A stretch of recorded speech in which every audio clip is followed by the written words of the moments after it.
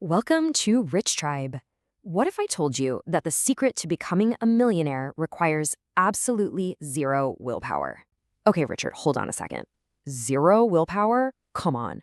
I'm working hard every single week, dealing with rent, groceries, life. Becoming a millionaire sounds like a total fantasy for the average person, let alone doing it without discipline. You're seriously telling me I don't need any willpower? Seriously, though, why do everyday, smart, hardworking people who absolutely know they should be building wealth, still find themselves stuck living paycheck to paycheck? Is it really just a lack of discipline? That is exactly the right question to ask, Rachel. And honestly, I want to validate your frustration right out of the gate because it's incredibly common. But here's the millionaire's perspective shift you need to hear. It is not a lack of discipline. The system isn't broken. Our brains are. Wait, our brains? Yeah, we have to look at behavioral finance here. The reason you and millions of other people struggle to save isn't because you aren't trying hard enough. It's actually because of these deep-rooted cognitive biases. There are three big ones we deal with. Present bias, which basically means we overvalue immediate rewards. Loss aversion, meaning we just hate giving things up. And inertia, which is our natural tendency to do absolutely nothing at all. These biases are actively sabotaging our financial decisions every single day. So you're essentially saying my brain is hardwired to keep me broke? Exactly. And it gets worse. When things go wrong in the broader economy, those biases just kick into overdrive. Think back to the 2008 financial crisis for a second. We actually call this the snakebite effect.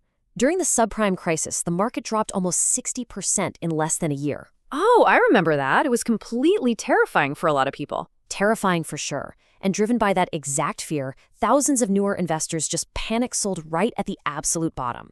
Their brains were literally screaming at them, "Get out before you lose everything." That is recency bias in action. They expected the immediate pass to just continue forever. So they locked in their losses, felt snake-bitten, and many of them never invested again, missing out entirely when the market eventually bounced back to record highs. Okay, I get that panic selling in a crash is obviously bad. But on a normal, day-to-day basis, why can't we just create a strict budget and force ourselves to stick to it? Just sit down on a Sunday afternoon and map the whole thing out? The internal battle, planner versus doer. Well, the reason budgets fail is because of this massive internal battle raging inside you. It's a famous behavioral economic model by Nobel laureate Richard Thaler, the altruistic planner versus the impulsive doer. Basically, we all have these two personas. Your inner planner is altruistic and focused on long-term goals. On Sunday night, your planner sets these amazing intentions. The planner says, hey, we're going to pack our lunches this week, cancel Netflix, and put 20% right into our retirement account. Right, that is literally me on Sunday. But then by Tuesday, I'm ordering takeout. Exactly, because by Tuesday, your impulsive doer takes over. The doer seeks immediate gratification and present consumption. The doer wants the sushi right now. Humans are naturally time inconsistent. The planner makes plans for the future, sure, but the doer is the one living in the present, and the doer almost always wins. And it gets even worse because of a really powerful psychological principle called loss aversion. This is where losing a dollar hurts twice as much as the satisfaction of gaining a dollar. But how does that actually apply to saving? Saving money isn't losing money. To your logical planner, no, it's saving. But to your impulsive doer, a $100 deduction straight from your paycheck for a 401k or a mutual fund SIP, well, that feels like a really painful, immediate loss of spending power today. That immediate pain completely overshadows any logical future gain. Your brain basically registers saving as a penalty. The millionaire secret: save more tomorrow. Okay, but if my doer is pretty much always going to win and my brain naturally views saving as this painful loss, what can the average person actually do? If human willpower is destined to fail from the start, are we all just stuck? Not at all. If we can't beat our cognitive biases, we have to hack them. We use them to our advantage. Thaler actually designed this brilliant Save More Tomorrow program, or SMART, to use our own laziness against us. Step 1. Automatic enrollment. Instead of having to actively fill out a form to save, you have to actively choose not to. Step 2. You tie your savings increases directly to future pay raises. And Step 3. You remain enrolled unless you actively take the time to opt out. Oh, so you're basically weaponizing that inertia you mentioned earlier. Precisely. Since people are inherently lazy about paperwork, once they're in the system, they tend to stay in. But the real magic of this explainer lies right here in one simple principle: commit today, pay tomorrow. This brilliantly hacks our present bias. How so? Well, if I ask you to give up $100 today, your doer fights back. right? But if I ask you to commit to giving up $100 next year, your doer doesn't really care. It's a future problem. Agreeing to save money in the future feels completely painless right now. You're basically letting your planner make the logical decision for a time when your doer isn't feeling the pinch yet. Okay, fair enough. But what happens when that future date actually arrives? What if I still feel totally broke? How does this help someone who honestly feels like they cannot afford to lose a single dime today? That is exactly where hacking loss aversion comes in. You divert your future raises directly to investments. So you agree right now that when you get your next 3% or 5% raise at work, a portion of that new money automatically diverts into your accounts. Because your current take-on-pay never actually decreases, your brain never registers a loss. The pain of a lost dollar is completely eliminated. You bypass loss aversion entirely because you just never get used to spending that extra money since you never see it hit your checking account. Wow. Okay, so I'm basically tricking myself into becoming wealthy without ever feeling the pain of a strict budget cut. You're totally getting it. That's the absolute genius of automation. As the quote says, automated investing helps investors take emotions out of their investing decisions. Removing human emotion is really the ultimate wealth building strategy.